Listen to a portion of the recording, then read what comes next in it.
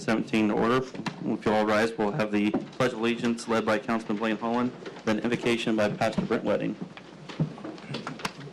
I pledge allegiance to the flag of the United States of America and to the republic for which it stands, one nation, under God, indivisible, with liberty and justice for all. Father, we thank you for this great country and the freedom that we enjoy. We thank you for this city and your blessings upon us. We pray that you would bless this meeting tonight and all those that are involved. Continue to bless our community, its leaders, and those that serve to make it a great place. In Jesus' name we pray. Amen. Amen. All right, well, roll call. Collins. Here. Justin. Here. Torrance. Here. Lee. Here. Alley. Here. Langwell. Here. Crosstown. Here. All are present. Next, we have the reading correcting of the journal. Move we suspend the rules and dispense with the reading and correcting of the journal. Second. It's been moved by Councilman Crosskoff and seconded by Councilman Guston to dismiss the reading and correcting of the journal. All in favor? Aye. Opposed? Motion passes. Communications. It's been suggested, since all the council members have copies of everything that, for all these communications, and I assume that they'll be part of the public record, if there any reason that we need to go through and read them out loud when you can review them at home. They are available with the minutes for the meeting, correct, Tish? All these communications? Yes, they are. Okay, so if anybody has any dying desire to know how many things were done last month, we'll be happy to read them. If not, we'll just consent to approve them and move on. Okay. Attorney update. Just working on going through the ordinance book to find old ordinances that are outdated and that just need to be repealed. What's that? Yeah. Oh, okay. To restate that, going through the old ordinances, figuring out which ones are no longer applicable or mean nothing and just taking up room within the ordinances and cluttering it.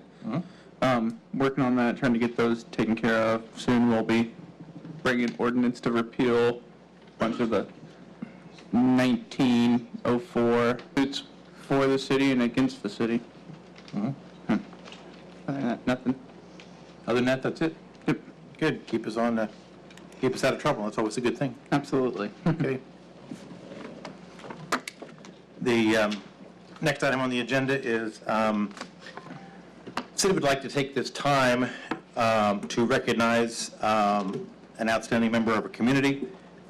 Stan Akers has served our community. Stan, if you could stand up, please. Okay. Stan has been serving the community of Peru for 40 years. He was recently nominated for a, Joe, help me, what is it? It's the American Public Power Association, Okay. APPA, Spence Vanderlyn Public Service Award, Okay. which is a very prestigious award. It's been around for about 40 years, and they only give one or two per year. Stan is the third person in the history of the state of Indiana to receive this award, so it's not a minor award, it's a major award. It goes, see Mr. Holland is wearing his America's Power shirt tonight appropriately. This is America's Power organization of about 1,000 municipals in the country, one award per year, third in Indiana history.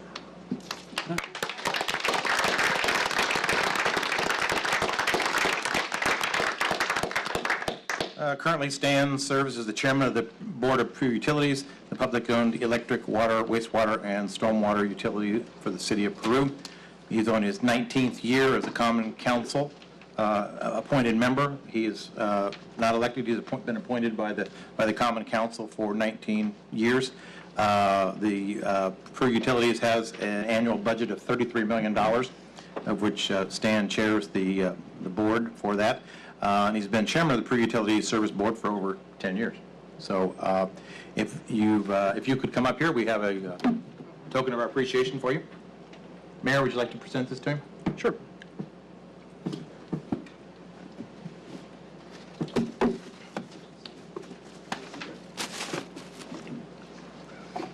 Okay. Linda, this is not what you hit him over the head with. Yeah.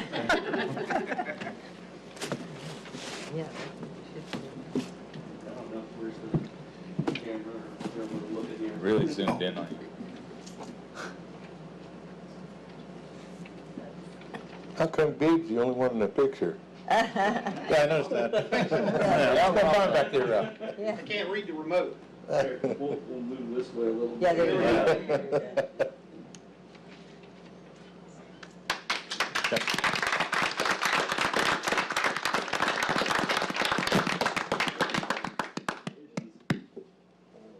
It comes with its own box for it. This is a total surprise. Is it really?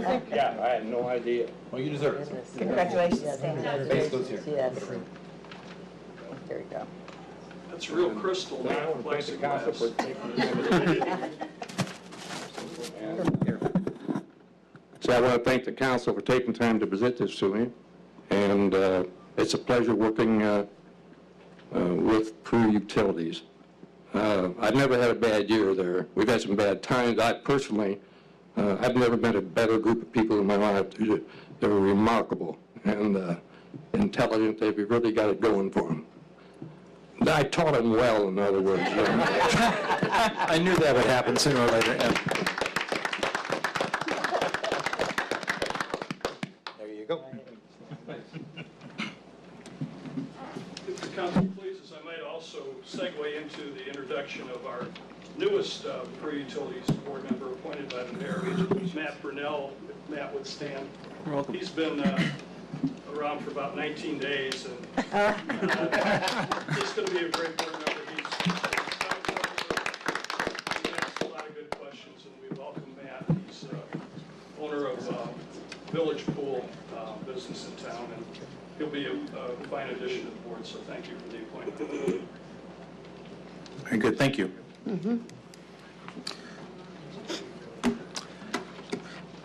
Mrs. Wallach, you may have the floor.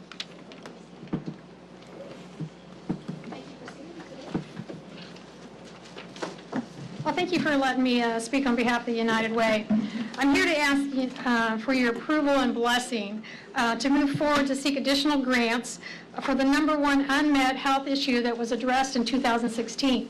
In front of you are some data that's been provided from 211 United Way, Howard County, and it addressed in 2016 the #1 health initiative was the bed bug infestation in Miami County.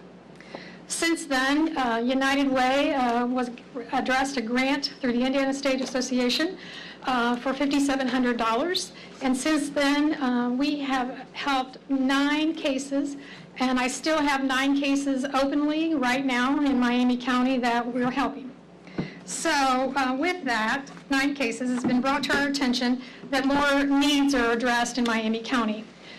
So we have partnered with several businesses and entities here in Miami County, and we have come up with some marketing material that we would like to pass out in Miami County. So right there in front of you are the marketing material that we'd like to pass out. We've already met with the commissioners and the county council to get their blessing that we could pass this material out. So I'm asking you for your blessing that we can pass out this material in the county and in the city. So with that, once we get that done, there is a grant that we can apply for the city. But we had to get the blessing through the county and the city before we could address this grant. And with that, we would like to partner with the city to apply for this grant to adopt a citywide policy and procedure on a way to get rid of waste and materials that people that have bed bugs can properly dispose of these items. So to move forward with that, I'm asking for your blessing so we can do that. United Way, it started in 2016 adopting a bold policy for health initiatives. In 2020, we would like to see that 25% of people live a healthier lifestyle. And to do that, United Way has to step up and adopt this policy. And so this is our initiative to do that. So we want to take on this health initiative to see that we can get rid of the bed bugs here in Miami County. And we've already met with several different people here in Miami County. Some of the people that we're working with is the Health Department, Systems of Care Governance Coalition. We're also working with the Miami County Resource Network, which has helped us adopt these policies that you're looking at, or these brochures and flyers. And so we worked really hard for this last year. It isn't something we just started overnight. We worked with Purdue Extension and also the Indiana Health Department to make sure that all the material that you're reading is correct. So, and also we worked with the Indiana Pest Control to make sure that all the information and the information about how to prevent it and the spread of the detection of it was correct. So our goal is to make sure that we live in a healthier place to live and reside here in Miami County. We hope that by doing this, we can educate the residents on prevention, treatment, and detection. We hope to stop the transfer of bed bugs from one person to the next, that residents learn how to declutter their homes. We hope to create a policy and procedure of the disposal of trash pickup, and we hope too that the trash is eliminated in the alleys. And we hope there's a safer condition for the street and sanitation department here in Miami County. Our main goal is to partner with the mayor and the city to help create policy and procedures on the disposal of items collected from homes and treating with bed bugs. There's a grant, like I said, that we can apply for the city, and we hope to be able to partner with the mayor, and we've talked to him about that. So their steps is going to be baby steps. It isn't something that's going to happen overnight. So we've already received blessings from, like I said, from the commissioners and from the county council. So those are our next step, is to have your blessings so we can apply for this grant. So since we've applied for the grant through the Indiana State Association of the United Way, we had 9 open cases that we've already closed, and I have 9 more open cases right now. So some of the things that we're doing right now, on July the 19th, we partnered with the health department. So we've opened it up to landlords, tenants, and residents to talk to them and see what it is that's out there, that we can help them to move forward and identify the bed bugs and how to get rid of those and who they need to call. And we're bringing in 4 county counselors to come in. So those that have tenants in their homes that are considered, which we don't want to say that are hoarders, but are tenants that maybe have troubles identifying how to get rid of bed bugs, that maybe 4 county can identify and how to counsel those residents on how to get rid of those items that are in their homes. So the partners that we are working with are 4 county council, and we're working with the health department, and then System of Care Coalition, and then Miami County Resource Network, and plus the city and the county. So we're printing 1,250 of these flyers to pass out, and it's going to be passed out to the city, county council offices, the hospital, the health department, landlords, hotels, the YMCA, the preschools, the doctor's office, various locations throughout the county, just to make sure they're aware of how to identify. They can call 211, and then they can call the United Way office. So we just need your blessing so we can move forward, and that we can apply for this grant and then work with the city. So our goal is that when a resident in Miami County has identified they've got bed bugs, or they're ready to dispose of some unwanted items in their home and they want to get rid of it, instead of putting it in the alley, they can call the sanitation department or waste management and say, hey, I've got these items, and then they can come and pick it up directly at the home. So the goal is, with the grant, we can purchase extra heavy-duty bags or totes, and then sanitation department can bring it to their homes and then drop it off, and then when it's ready to be picked up, they can call the sanitation department, and then they can dispose of it in a proper manner, and then it won't go to the alley. Because right now, some of the cases that I have that are open, they picked up the items out of the alley, put it in their home, got bed bugs, and transferred it to another person. So we want to create that policy so they'll go directly to the sanitation department and go to the waste management. So that is the reason for the grant, is to buy items that they can get to the sanitation department, so we can get rid of the things that are in the alley. So, have any questions? That's pretty clear. Pretty clear? Okay. Cheryl? No, I'm good. Okay. Any questions? Any questions for Debbie from the audience? also helps with those health workers that go to the homes too, because we have a lot of those health workers that go to homes that have a home that's infested. So we want to make sure that those health workers know how to identify when they go in, what they need to do to be prepared to make sure they don't transport that at their homes. So if we can have your blessing, that would be I great. think, well, I'll move that we support the United Way and their initiative to eradicate the bed bugs in Miami County. Yes, aye. Okay, thank you. Don't need it? Okay. Second. Do we need to vote on that? You want to take an informal vote? Yep, Just- I moved and Cheryl seconded, so. Okay, all in favor? Aye. All right, the motion Okay. passes. There you go. All right, it does have on here, we're talking about the budget calendar this year, and right now, we haven't set a date for the city council to get together with the department heads and go over it like we do every year to go over the new calendar. So I just wanted to, you have in your packet the rest of the budget calendar, and everything is going ahead of schedule. But I did want to just ask the council for their input on the day when, for us to meet. I'd like to meet in the end of August, so I would suggest either August 21st or 22nd, if that works for the city council, to make a time for us. What day of the week? Monday or Tuesday. Second to last week in August. All the other times and everything is during regular city council meetings, so just some time to go over with the city council so they have a time to ask the department heads their questions and whatnot, is all we're looking for. Both days or just one? Just some days that I think would work on this time schedule would be late August, but before August 31st, so I'm just suggesting Monday or Tuesday, which is August 21st or 22nd. We already have that SWD meeting at 1, so why can't we meet then in the evening? Which meeting do we have? Solid waste. Solid Waste District. I know Kurt, you have a job in Blaine during the day. I don't know if you guys want to make it in the evening. Okay. Yeah. So August 21st then, huh? August 21st, does that work for council? At what Time time? 5 or 6? It doesn't matter, either 5 or 6. Oh, I could, yeah, that's fine. Okay. So you guys want to say 5 on August 21st? Sounds good. Okay, I'll go ahead and 5 put that o'clock. on the calendar. And then we'll have the public hearing is going to be on our September 11th regular, and the rest of the dates are in your packet. So these are the ones you won't have to write down, but just for general knowledge, September 11th is our city council meeting where we will have our public hearing, and we'll have our final passage on the October 2nd meeting.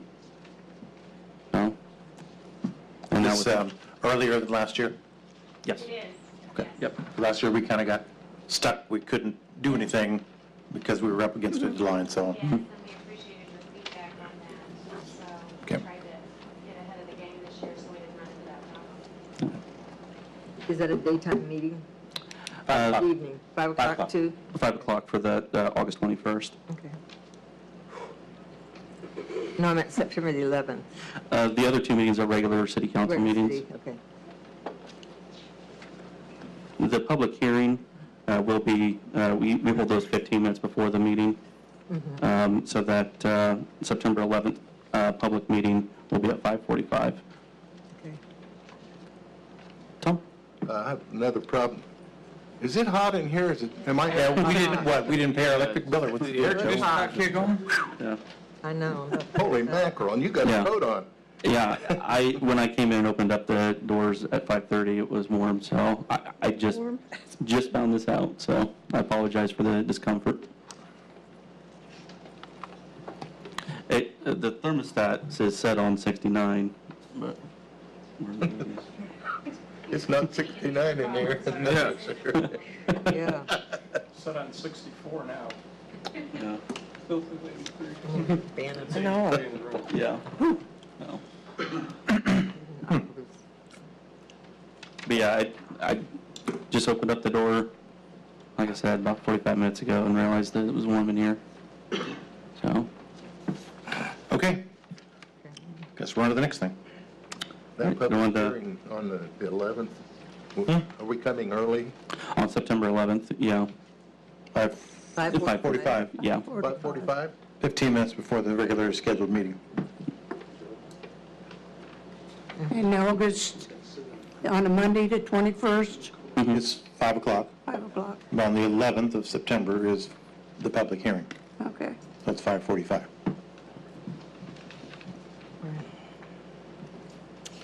We can go ahead and move on to unfinished business if there's nothing else on communications. First, we have ordinance 14, 2017.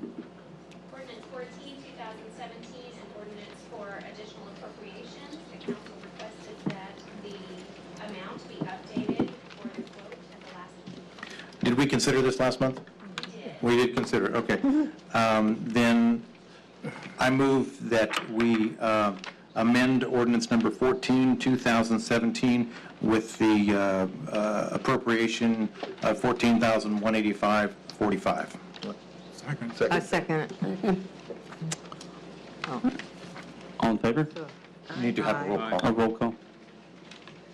Holland? Yes. Justin? Yes. Torrance? Yes. Lee? Yes. Allie? Yes. Langwell? Yes. Prescott? Yes. Now I move we adopt ordinance number 14, 2017 as amended. Second. Okay. We are talking about money for the police department, correct? Mr. Raber, are you here to, I'm here with the assistant chief. okay, well, either one or both. Work Probably well. both. We will try to cover any questions you guys have on it. I think Chief Weeks, probably last meeting, talked to you guys about this somewhat. Mhm. So, like I said, he's on vacation right now, so we're just hopefully going to fill in and do a good job for him.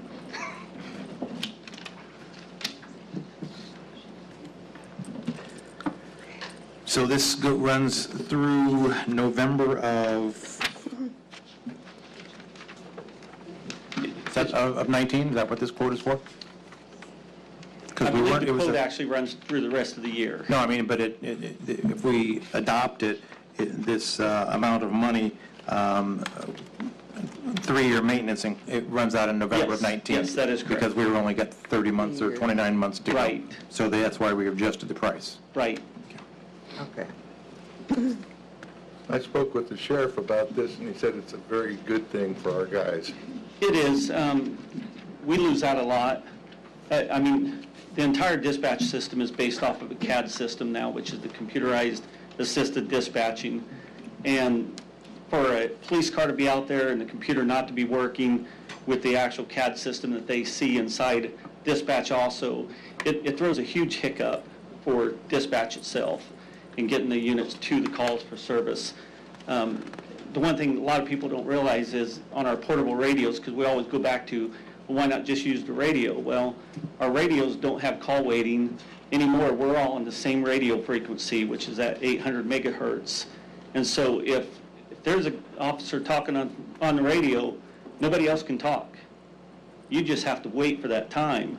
So you can cut down tremendous amount of time on radio communication by having these computers in the car. We can, run our own driver's license, print the plate checks through the car instead of actually calling in and using unnecessary radio traffic.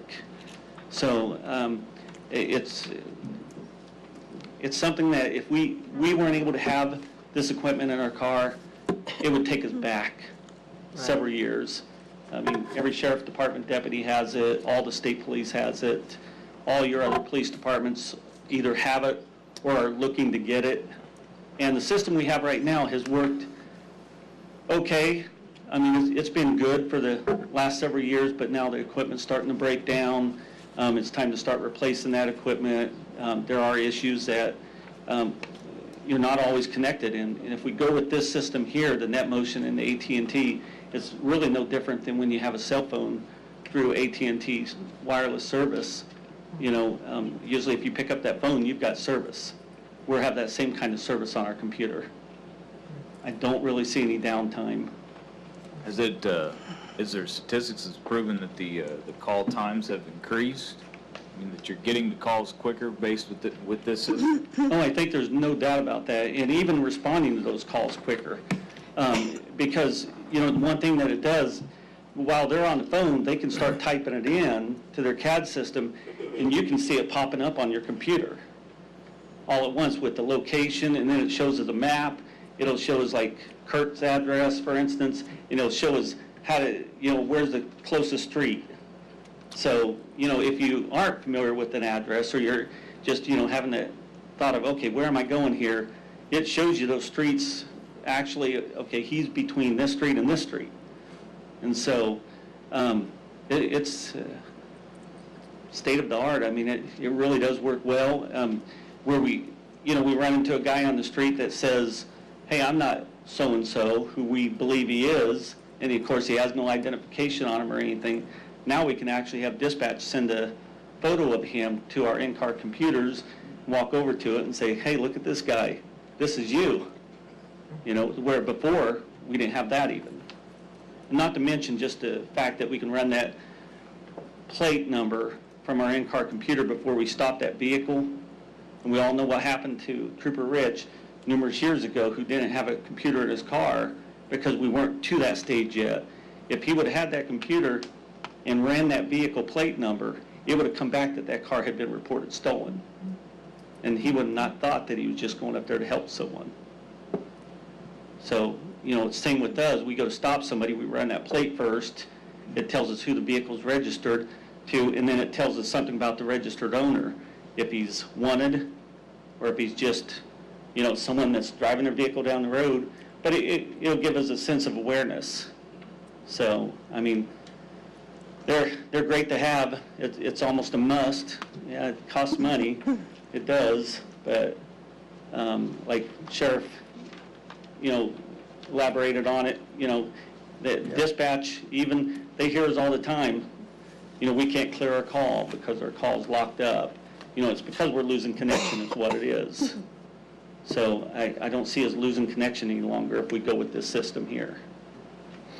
I think we need to. Any other questions from the council? Yeah. Is there an additional license fee each year for this too? From my understanding, we pay that initial license fee, which is through NetMotion. And then the only other fee besides that monthly fee for the air cards is that 3-year maintenance agreement that we would have to come back. So it's a one-time licensing fee. Now, if we all of a sudden had to add another 20 air cards, there might be another licensing fee, but that's not going to happen. Okay. Mike stopped me after a meeting the other day, and excuse me, I thought he said something about a $7,900 a year licensure for it. The $7,900 a year is probably the 31, I think it's $31. $31.24 a car. Okay, Yeah. okay. times 25 cars, which There would be you go, which is- 750 times 12 months is about 9,000. Yeah, That's what the gal explained to us yeah, that was Yeah. here. yeah, that's that monthly fee, just Okay. like your cell phone bill would Okay. be, right? Yeah. And I feel like that, as far as computers, they're constantly changing, things are upgrading, and situations like this, I think we need to stay on top of it. Thank know, you. I With agree. good equipment. Yes. If it'll help us, I'm for it. We need to upgrade. I remember when I broke my typewriter at school, and I asked for a new one. They said, you're not getting a new one, you're getting a computer. And I said, oh, I'll never use that. Never say never. Yep. And we have some of us veteran officers, you know, the ones with more than 20 years that, you know, initially was kind of resistant to these computers in the cars and you know, what they're going to do, but we all found, hey, you know, this is great. This helps out a lot, you know, so they are nice to have. It's also going to be a time saver for you. Absolutely. Man. Yeah. Any questions from the audience? Okay. How did you do when you went from telegraph to typewriter the first time? It was wonderful. Hey, that correcto tape, you don't need that anymore. Okay. Telegraph to typewriter to computers, you went full circle, didn't you? Oh, baby. Yeah, okay. Smart aleck. Okay. Okay. Is there's no further questions, roll call. Holland? Yes. Justin? Yes. Torrance? Yes. Lee? Yes. Alley? Yes. Langwell? Yes. Crosstown? Yes. Thank you very much. Steve never said one word. Yeah, I've noticed that. That's usually the way it goes. I get up there and I can't shut up. I'm sorry, Steve. Did a real good job of pulling the thing in the back of his head. That was real good. Next, we have our new business, Resolution 10, 2017. Resolution 10, 2017, a resolution to approve of proposed ordinance amendments to the City Ordinance 5 of 2002. I move we consider ordinance number, move we consider resolution number 10, 2017. Second. It's been moved by Councilman Crosskopf and seconded by Councilman Guston to consider Ordinance 10, 2017. Resolution. I'm sorry, Resolution 10, 2017. Roll call. Holland? Yes. Justin? Yes. Torrance? Yes. Lee? Yes. Alley? Yes. Langwell? Yes. Crosstown? Yes. Move we adopt resolution 10, 2017. Second. What do we got here? What are we doing?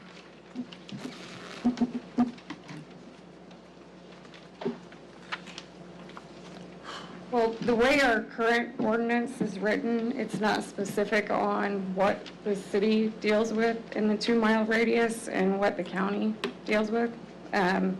It's just basically specifying that the city handles zoning issues and the county handles building issues, which is the way it was taken before, but there were disputes among city and county on some old houses in the 2-mile radius, and who was going to pay for it, basically the tear down of it. And comes to be that it's county who should pay for it. That's what this is. And what has the county said? They're fine with that? So we had a meeting with the county a couple, Yeah, about a month ago, trying to probably. think who, It was Commissioner Josh Francis and Tammy Gamble, myself, Dustin, and the city's building commissioner. We sat down because of the questions we've been having. So, and also the county's attorney too, Pat Roberts was there. yes. I believe Pat was part of the system when the original 2002 ordinance was passed, and I think Pat said that that was the idea, that it was going to be that the city did zoning and the county kept their building authority in there. But because of some different changes in title at the county and at the city, when people came and gone, there were people that did both jobs, there were people that did jobs individually, so that it was really the title of the people carrying out these duties kind of confused what was what as we went through, and to the point where there was a lot of questions where maybe this person did this thing in the past, and the new person said, well, no, that's not part of my job description, and there was a lot of confusion about that, and we just wanted to clarify it so that people weren't getting bounced back and forth between the city and county about, who does what. And so we agreed that the intent of the original was that the city was doing the zoning in the 2-mile, and that the building end of it, and we divided it between the building codes and the building issues are in Chapter 150. The zoning is 151, so that made it kind of clear that if it's in 150, then we don't deal with it. If it's in 151, we do, so that there's not a question or an interpretation. And that's only within the 2 miles? Yeah, that's only within the 2-mile.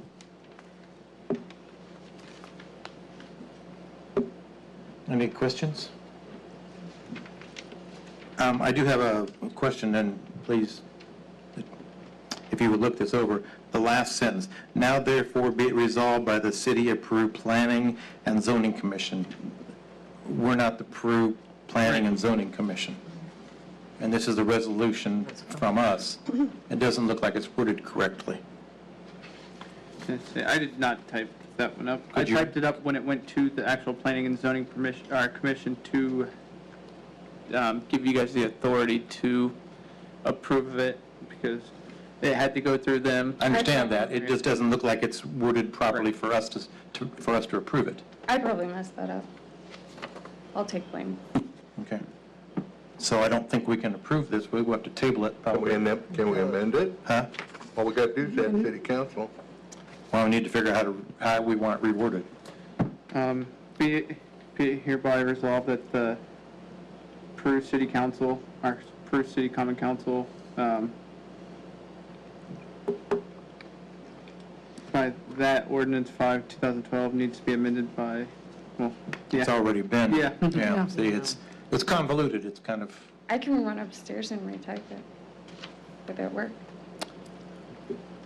It'd take 2 minutes. Do you want me to go upstairs and well, just a minute, retype just a that? minute.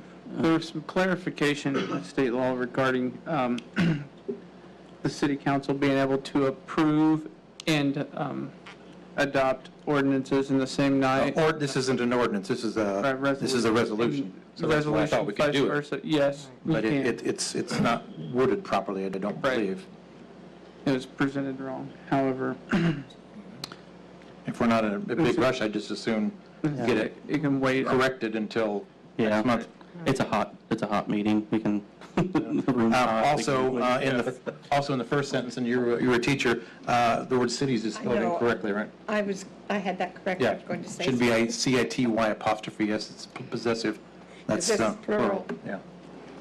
Oh, yeah. So let's just move we table Resolution 10, 2017 till the next meeting. Oh, yeah, there you go. I second that. Okay, all right. It's been moved by Councilman Crosskopf and second by Councilman Guston to table Resolution 10, 2017. Roll call. Holland? Yes. Justin? Yes. Torrance? Yes. Lee? Yes. Alley? Yes. Langwell? Yes. Crosskopf? Yes. Okay, and that'll come back next meeting. Okay. Next, we have Ordinance 15, 2017. Ordinance 15, 2017, an ordinance to establish financing, equipment, and upgrades to the metering system for Peru Utilities Electric Division and Division of Water Management. I move we consider Ordinance 15, 2017. Second. Second. It's been moved by Councilman Crosskopf and second by Councilman Guston to consider Ordinance 15, 2017. Roll call. Holland? No. Justin? Yes. Yes. Torrance? Yes. Lee? Yes. Alley? Yes. Langwell? Yes. Crosskopf? Yes. Now, we cannot approve this month, but we will certainly, I guess we'll let them talk about it since everybody's here. And actually, because Councilman Holland did not vote, it's not a unanimous approval to consider, so I think we have to wait till next month then. That was on purpose. We have to be 100% to consider it? It has to be 100% approval by the board to consider to adopt on the same night. We're not, I didn't move to adopt it tonight. Right. I'm just saying that if we did want to adopt it tonight, we couldn't. No, we don't usually do that. Okay, well, we can still, Right. yeah, Mr. Pandy, you may We need to consider it. present what you've got. We considered The presentation tonight is about 15 minutes duration. It's on advanced metering infrastructure, acronym is AMI, and I appointed a technology and communications team in June of 2016. Nan Orpert is the chair of that committee, and she'll introduce her committee members. There are other Peru staff people, Peru utility staff people that I'd like to introduce. On the far left is Leah Starkey, who is the office manager of Peru Utilities. She manages the meter reading, the billing, the collections, the customer service interface, all the things that touch the customer. And on the far right is Randy Klein, who's the assistant superintendent of the Water Management Division. And they have 5 utilities. They have Peru and Grissom Water, Peru and Grissom Wastewater, and the stormwater, which has been quite a season with the rain that we've had. They do a great job. And in the yellow shirt with the necktie, Jamin Bicycle is the manager of the superintendent of the Water Management Division. He does a great impression of the general manager, including his shirt and tie. And if you want to be entertained later, if you have time, he's got it. Nan? I'm Nan, and I'm the chairman of the technology and communications. And we have Josh Chance. He's going to introduce the system to you. We're very impressed with it, and we hope you will be too. We also have Brett Zartman. He's IT, takes care of all our IT computers. Nate takes care of our meters, tests them all. He's out in the field a lot, knows way more about meters than I do, so he's going to jump in at any time and tell me I'm wrong and make sure that you guys get the right information.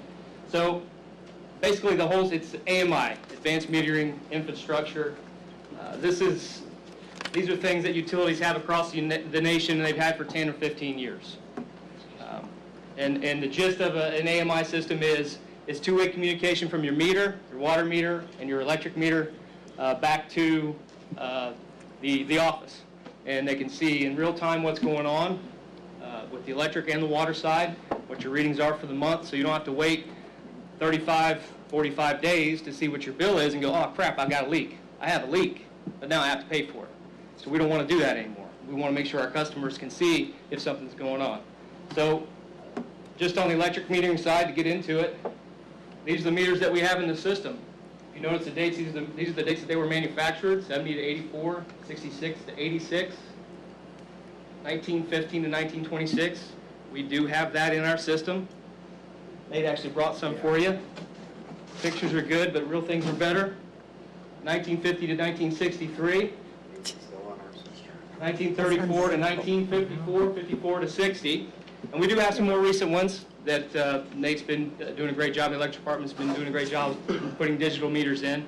But we only have about 20% on the residential side that are digital. 80% of them are 20 years or older and they're mechanical. And on the three-phase meters, commercial meters, what we have on our businesses, 70% of them are digital, 30% of them are mechanical, but over half of those are over 20 years old. So this is a problem for us because this is our cash register. We read the meter, tells us how much we bill the customer. Well, if the meters are running slow because they're mechanical and old, they've been in the system for 20 years, what's the useful life of these meters? 30 years on the old electromechanical. I mean, that black one there, that's an 80-year-old meter, so yeah. Imagine the accuracy. So the accuracy keeps going down, down, down, and our cash register keeps getting lower and lower. So this is what we're looking to put in. This is a census meter. It'll be remote disconnect, remote connect, reconnect. So a customer moves in, the meter's already in place. Hey, I need my meter turned on, I need my power turned on. We can do it from the office. We don't have to say, okay, we'll be there between 2 and 3. Please have somebody home. We can do it from the office.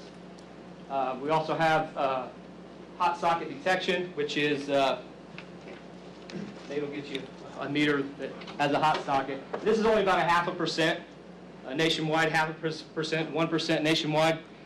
What happens is when you keep having to put a meter in and pull a meter out, put a meter in, pull a meter out, and we have a lot of this. When we have to disconnect a customer or a rental or whatever, we pull the meter out, and those metal jaws, the clips, actually start widening. And as you keep putting them in and out, they'll widen a little more, and then they won't make contact with the back. There you go, with the back of the meter. So on the back of the meter, and there's not contact on it like this, it'll arc between the blade, and we can get a fire. We can get a fire in the home, or we can burn up a meter. And that's all because we have a hot socket. And this will actually tell us the temperature if we have a hot socket and disconnect the meter itself. So you hear the rumors about smart meters and smart cities and stuff like that, and the smart meters blow up. Well, it's not the smart meter. Obviously, we have two examples here of a digital and an analog and a mechanical meter.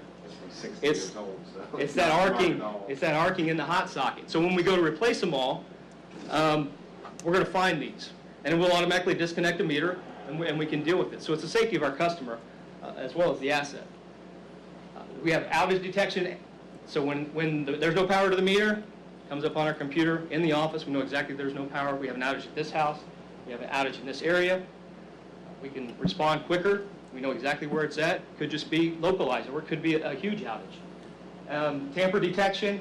We've had some issues lately where people are going by, pulling out a meter, taking it back to their house, throwing it in their house. Cut the seal. Dangerous, first of all. With these, they're GPS located. Pull them out, you stick them in another socket, you get an alarm. Bang. That GPS is telling you it is not in the right spot. We can go to that house, pull it out, take care of the customer, call the police, however we want to deal with that. Yeah, also, when they pull those meters out, Josh, they don't cover up the meter base, so you have 120 volts there just wide open, so a kid can walk up and stick his hand in there. Bad situation. Yes, and lately we've had, what, 7 or 8 past couple months, people stealing meters because they get shut off because they hadn't paid their bill. They also read every 15 minutes. They don't transmit every 15 minutes. They read about every 15 minutes, and they stores it up about 4 times a day when it transmits. Yeah. And when it does transmit, it is a quarter of the RF signal that a cell phone is. So this thing's in our pockets, in our ears all day long transmitting. That's a quarter 3 or 4 times a day. We can't look into the house. We can't look into your appliances. We can't look in and do anything inside the home. The only thing we can look at is that meter, what's going into the meter. So as far as electrometer goes, it's the latest and greatest. On the electric side, these have been in for 15, 20 years in other places. So as far as the water meters go, kind of the same situation. Those are the water meters. We actually brought the water meter for you. If you'll look, it's got a nice patina to it from being in water. That's a Badger meter. The one on the right here is a Neptune meter. I didn't bring that. It was nice and muddy. I think you guys want to look at muddy meters. We have about 4,000 residential Badger meters put in between 1995 and 1999. They are lead compliant, so they could be and they can be in the ground. However, when we pull them out of the ground to test them, we can't put them back in the ground because the rules are changing for that. So we have 4,000 meters we can't even test. We have no idea that have been in the ground for 20 years. They should be replaced every 10 years, Jamie? 10-year cycle, been in the ground 20 years. We also have the ones that we have pulled out. We put in about 1,800 Neptune meters on the residential side, been in since about 2004. When we pull those out, they have a 17% failure rate. And by a 17% failure rate, I mean we test them up, and when they read 95% and above, we have to put them back in. We can't rebuild them. So 5% right there, we have to give that to the customer. Anything below that, we can rebuild them and put them back in there. About 17% of those are below 95%. And they only read about, what are they, quarter gallon a minute?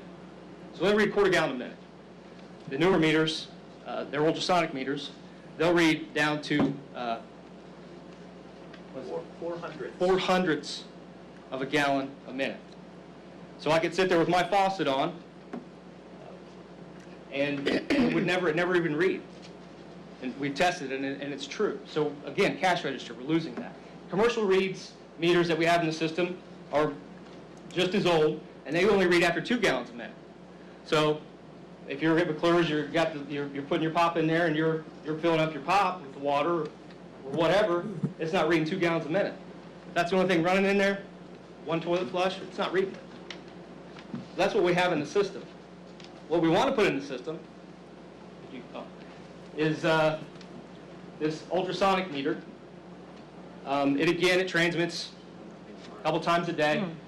You can get instantaneous results if it's on, if water's moving.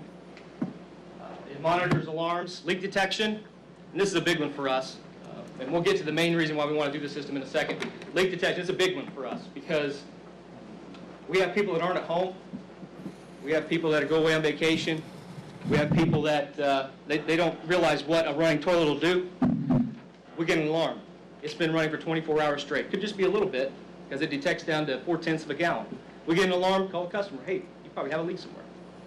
So instead of them getting the bill 45 days later, oh my gosh, my water bill's $300, they can address it right away. $1,300. We think that's important. If there's no water in the pipe, it'll give us an alarm. If somebody's tampered it, put a magnet on it. Somebody's pulled the module off the top, we'll be able to see that. No moving parts, absolutely no lead. It's all a polymer case, so we never have to worry about the lead or copper problem again in the meters. And they have a 20-year warranty. 19 years, 9 months, that battery goes dead. We call up Census and say, this battery's dead, this thing's not working, they give us another one with 20-year warranty for free. You're not going to find that in a mechanical meter. So the biggest part of all this is the customer portal. We think this is extremely important. We have a lot of customers that call us, especially during the holidays. In January, my bill is ridiculous. And last month it was $75. This month it's $250. Well, we can't read the meters. We got holidays. So the billing cycle might be 3 weeks in November, but in December it might be 5 weeks. They might not get read for 5 weeks. And it's very hard to explain to a customer that it's been 5 weeks since we've read you because we had snow, because we've had holidays, for a number of reasons. We had to estimate because of snow, you know, and so the customer can actually log on, look at the last, I know it's a little blurry, I apologize, look at the last 12 months, 30 days, 7 days, of what their usage was this time last year. We got pictures, we got numbers, any way you want to read it. I think that's just another one. That was just the 7 days, so you can look throughout the week. I apologize. And what we can also do is we can set limits. They can go into their customer portal. They can say, if I use over 400 gallons this month, I want an alarm. They get an alarm. They get a text or an email. They could say, oh, I want to keep that under this budget, so I can only use this many kilowatts. They'll get a text or an email. So they can set their limits to that. Go on vacation. They have a leak. They're in Florida for the winter, for the winter. They can set every month, I don't want it to go past this month, I want to notice. So if they get a leak, they get a busted pipe, they'll be able to see that. Then, you know, it gives you your progress, the little bar graph to the right there. It tells you where you're at for the month once you set your limits. And last, it's a FlexNet infrastructure, so it'll go on, we'll have 3 towers. They'll go on our water towers, on our property. The meters will report to those towers, those antennas, and from the antenna it goes into our backbone, into those boxes, into our fiber optic infrastructure that we already have in place, and we'll be able to bill consistently, be able to bill accurately, and we'll be able to recover our costs. We believe straight payback 7.5 years. It's not only good for the utilities, it's going to be very efficient for the customer too. They'll be able to get involved a lot more with their stuff. Very, very. What's right now you guys, you know, charge a turn-on fee and a disconnect fee and those kind of things for doing that because you got to physically send somebody out. Correct. But you had mentioned, you know, if somebody gets an alert, says, hey, I got a leak in my house, and they get an alert and they're on vacation, can they call you up and say, hey, I need my meter shut off, I've got a leak, I can't be there, I'm on vacation? Now typically during the day, correct me if I'm wrong, we don't charge. If somebody, hey, I've got a leak, please come shut it off. During the day, we don't charge at all. After hours, we do charge a fee because it's after hours, we have to call somebody in. Sure. Most of the time, they only get charged if they're cut off or not paid. Correct. Ah, gotcha. And the water meters, there is a automatic shut-off water meter option, and we plan on getting some of those for the Grissom area, the Eagles Point area where we're in there all the time, shutting people off, turning them on, having them go into houses, because those water meters are under the sink, or they're in the basement, and some of those are actually in the unit next door because they're connected. It's very difficult, and they don't have to let us in, and they know that they won't let us in. So we're going to buy some of those meters, but they are a little more expensive.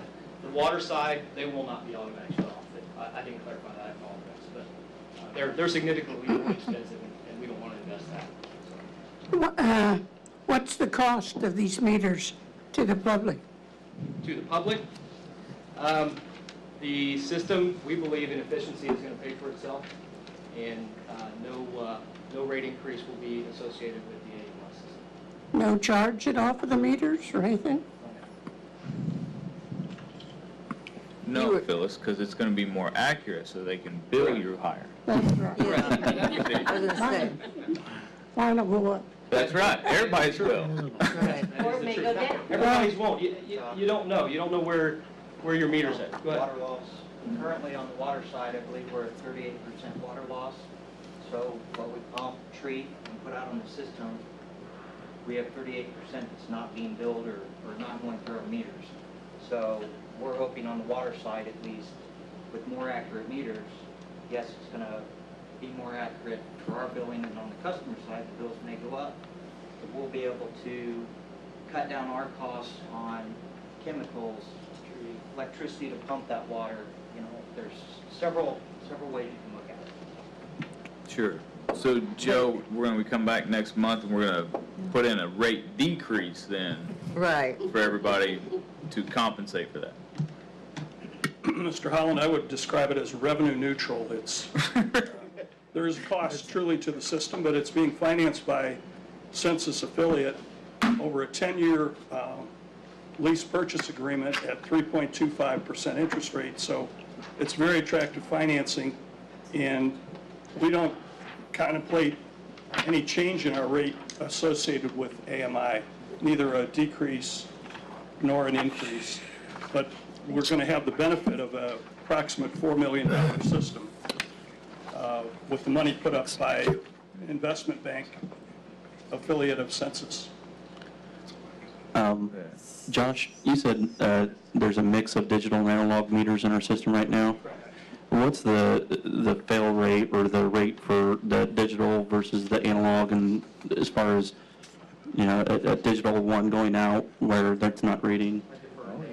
They have 0 moving parts. I've found that digital meters work perfectly, accuracy always 100%. Mechanical meters slow down. They have moving parts, they age, they slow down. But digital meters are always perfect, or they die totally. Like the display goes out, they're a brick with no display. But You'll lose about 20 years. You'll lose about 1/100% of accuracy per year. So if you factor that on a digital meter. But, I mean, we're working on 20 years of having digital meters, not smart meters, but digital meters on our system. They're perfect. What are we allowed on the electric side, 2%?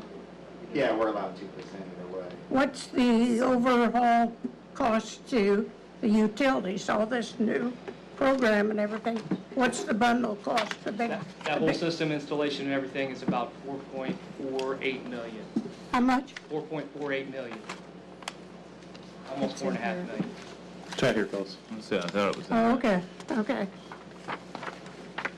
So if the residents say, you know, if their bill goes up some, you know, there's 38%, did you say?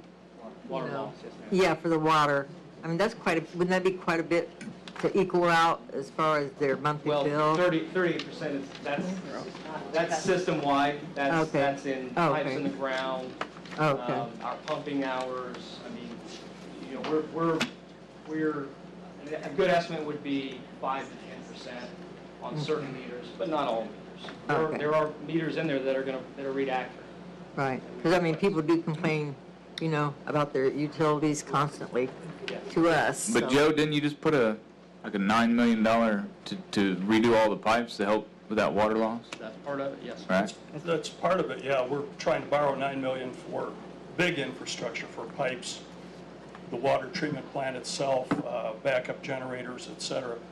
The water losses a year ago, in May of 2016, when I came to work here, were over 50%. We were losing more than 50% of the water that we pumped. Mr. Biesiegel and Mr. Klein have a target in their performance this year to get it to 30%, which they set that goal before we considered AMI. And they have found bad meters, leaking pipes, and other problems on the system that have already got it down below 40 at 38.9. But we got a ways to go. As Josh says, 5 or 10% would be a great number. That's more the norm in the utility industry for water utilities. And it's not only the water that's not being metered and improved electric accuracy. I mean, you have fewer truck rolls. You don't have to go do these in and out. You may have to drive all the way out to Miami just to get a read because someone's moving. That's time and money that's going to be saved. Yeah, safety. We have I mean, dog you don't have to bites. deal with dogs, you don't have to deal with angry customers. Wintertime, you're walking around slipping and tripping and falling. Repetitive motion for bending over, reading that water meter.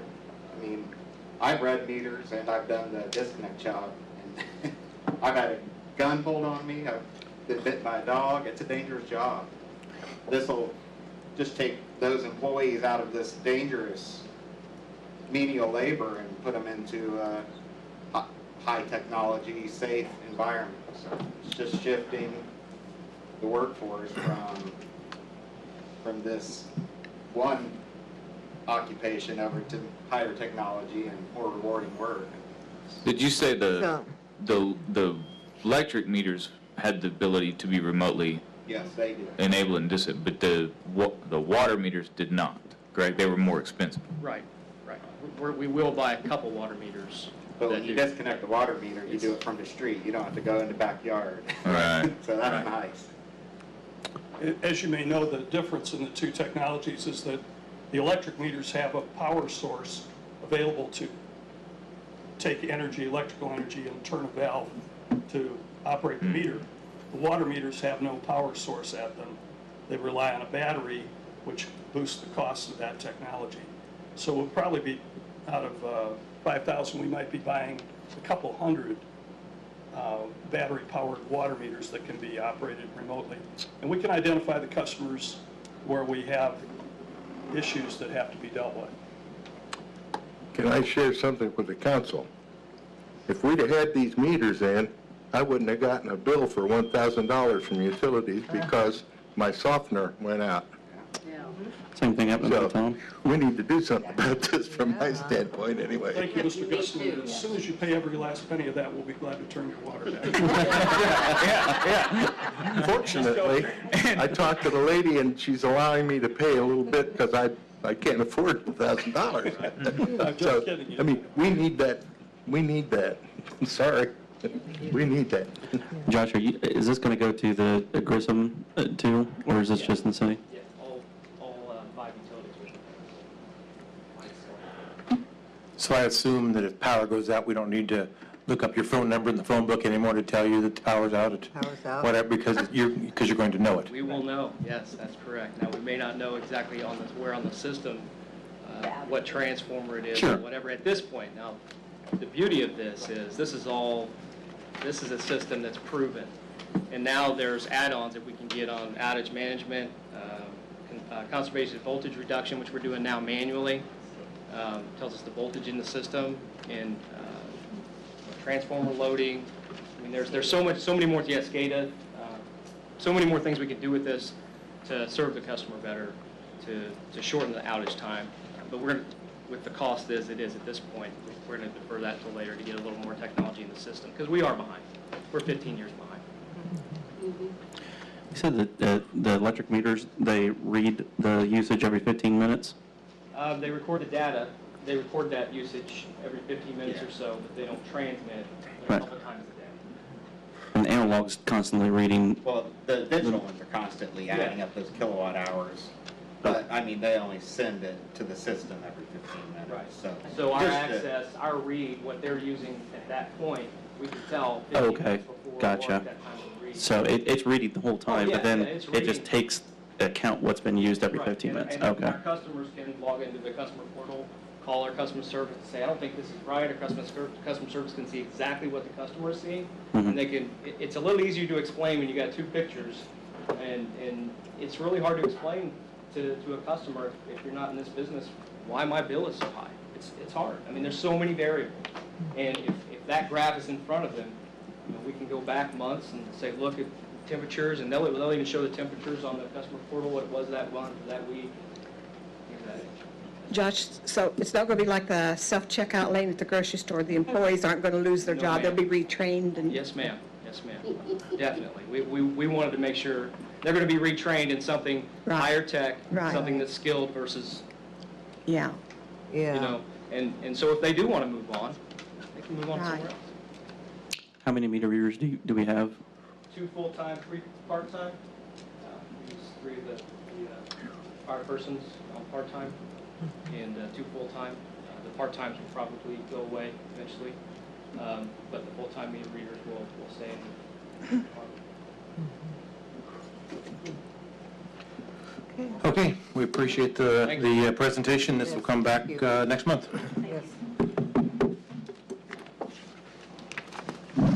I've said before, I don't think a lot of our citizens realize what an asset our utilities is. I've been the liaison enough years that I see the intelligence and the work ethic of all the employees, and I applaud all of you. Thank you. Jamin, I would also like to say thank you. I don't know if you get the message. I called her a couple of weeks ago for that. The people cleaning out the storm drain at 6th and Wabash. It's much appreciated for the elderly and the handicapped that come into the Y. They were swimming up to the front door before, so. The pool is downstairs. We don't need it outside too, so. Next we have ordinance 16, 2017. Ordinance 16, 2017, an ordinance repealing and replacing ordinance 16, 2012. Move we consider ordinance number 16, 2017. Second. It's been moved by Councilman Crosskoff and seconded by Councilman Guston to consider ordinance 16, 2017. I gotta speak up. Roll call. Holland? Yes. Justin? Yes. Torrance? Yes. Lee? Yes. Allie? Yes. Langwell? Yes. Trustman? Have you Yes. got that? Have you got that ordinance? It's right there. It was separate. It's separate. It's right there.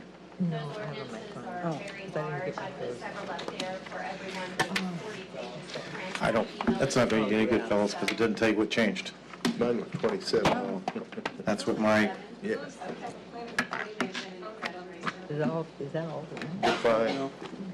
It seemed like 50.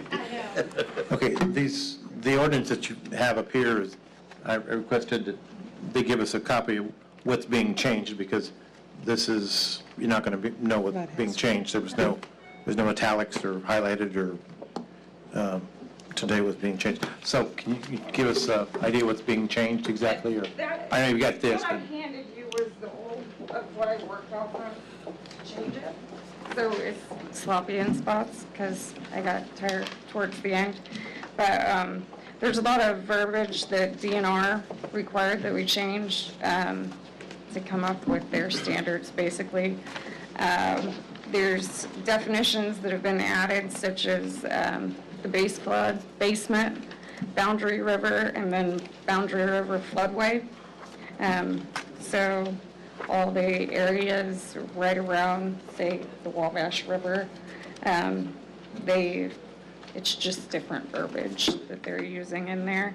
They also added the D zone, which is an unstudied area where flood hazards are undetermined. People can get flood insurance, but it's not required. We have quite a bit of that here in city limits. It's also added the letter of map change, which is the LOMA, which is letter of map amendment, and LOMER, which is letter of map revision. It's put together, it's basically the way DNR would make revisions and amendments to this at the state level. That's one thing added. And also added is the top floor level of any enclosure other than a basement below an elevated structure where the walls of enclosure provided any resistance to the flow of floodwaters unless, and added in there is the total net area of all openings shall be at least 1 square inch for every 1 square foot of enclosed area. The bottom of all such openings shall be no higher than 1 foot above the exterior grade or the interior grade immediately beneath each opening, whichever is higher, which is pretty important. I mean, when it comes to flood insurance and stuff like that, that you're looking at, that they're opening that up, it drops people's rates. Be added in there is the non-boundary river floodway. That means the floodway of any river or stream other than a boundary river, which the Prairies Ditch kind of lies in there, right in the middle of that where it's a floodway. It's not really, yeah.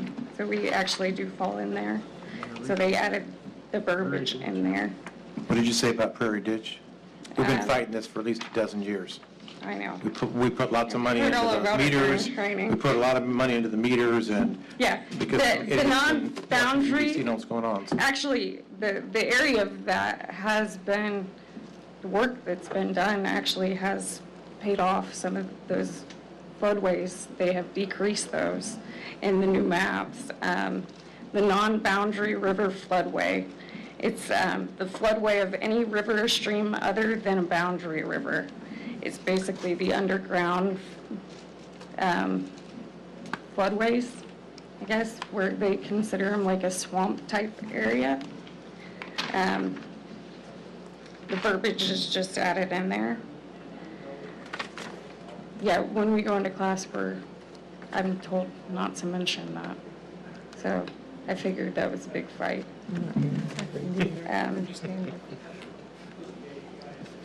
Also added in there is the issuance of letter of final determination. That's a pretty big one that's added in there. Replacing all previously effective, less restrictive flood hazard data provided by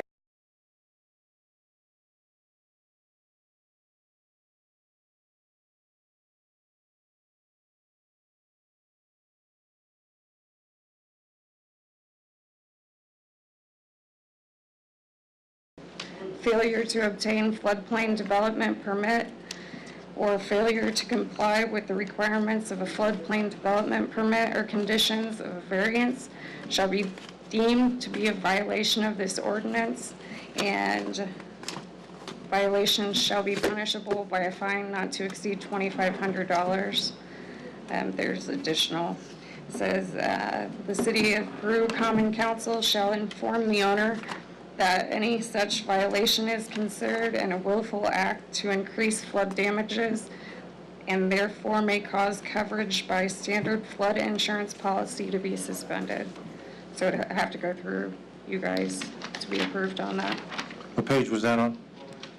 Assume you're on your new. It is on the very bottom of page 11 on the new one. Do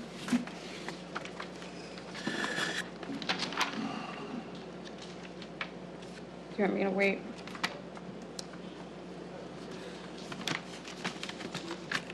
Or I'm just, do you want me to keep going? no, I just heard you say something with the city council, and I wanted to know what we were signing up for Yeah, here. for the penalties for violation, and On page 11 of the new one? Is that what you said, bottom of page 11? I think so. I might have a different format, because yours have the, okay. I can, It's on bottom of page 13, I believe. it's section I. All right, I have on a page different 13, okay. format. Okay. found it. Have sections on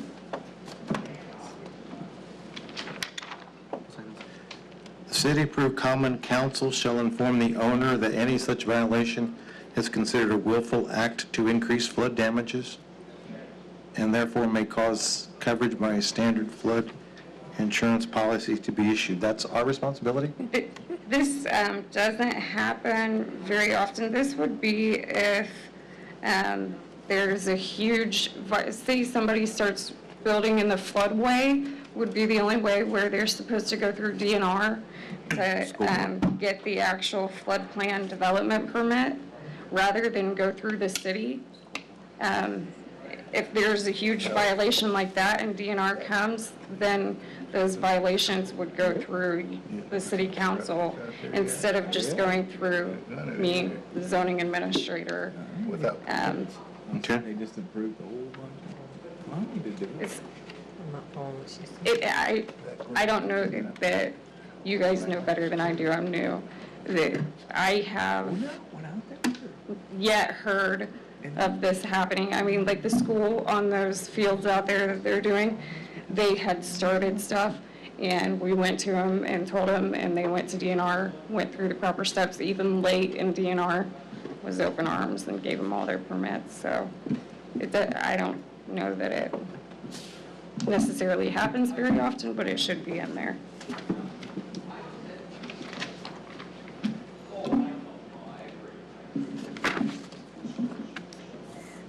And then also, some years ago, Bill Gornto can probably tell you better, the original floodplain administrator was the zoning administrator, and then it was taken from the zoning administrator and put as building commissioner. Jerry just learned that he was floodplain administrator like probably 6 to 9 months ago, and he was like, whoa, I don't know anything about this. We have went to training together, and this places the floodplain administrator back to the zoning administrator. And then that's a big one in there. And then upon completion of construction and elevation certification, or which depicts the as-built lowest floor elevation is required to be submitted to the floodplain administrator. If the project includes floodproofing measure, floodproofing certification is required to be submitted by the applicant to the floodplain administrator. That wasn't in there before, that wasn't required, and that's added.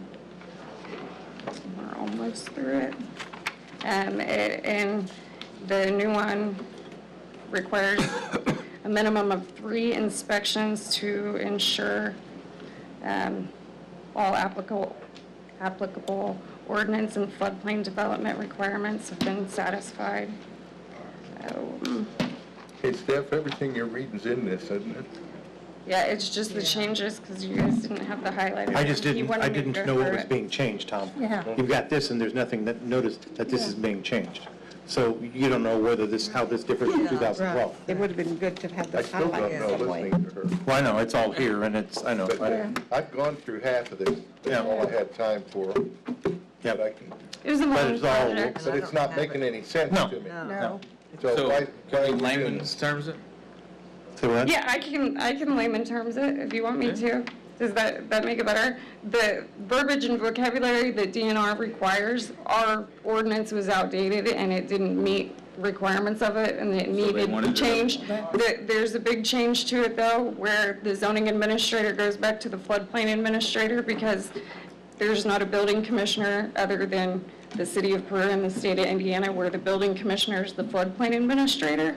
So DNR wasn't very, Laura didn't like that very much.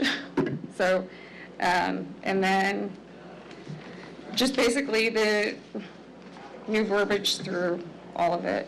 And it requires the gas tanks to be tied down in those areas, because they don't like seeing them floating down the river during floods. I noticed there are no structures out on North Broadway at the new facility either, yet. You mean Casey's? Is that what you're talking about? At the new sports place for the school. Oh, you mean the fields? Yeah. Yeah, well, they've had their stuff pass through DNR. They didn't follow the process to begin with, and so they had holdups there. They weren't supposed to be moving dirt without doing that. And we told them and told them and told them again. Finally, we had DNR come down and tell them in not a nice way, and they went through and did the proper process then. It's the way I took it. That's the short term.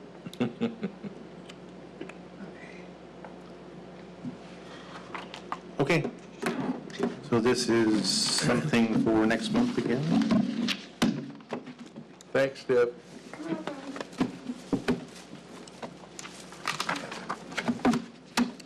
All right. I move we have the AC fixed. Immediately. Definitely. By the way, our maintenance position that we had this year, he did go back to the railroad, so we are looking for a new replacement maintenance person. So if you guys know anybody you want to send my way. Maintenance for this building. Anything further from the audience? Anything further up here? Nope. Okay. Move we adjourn. Second. All in favor? Aye. Aye.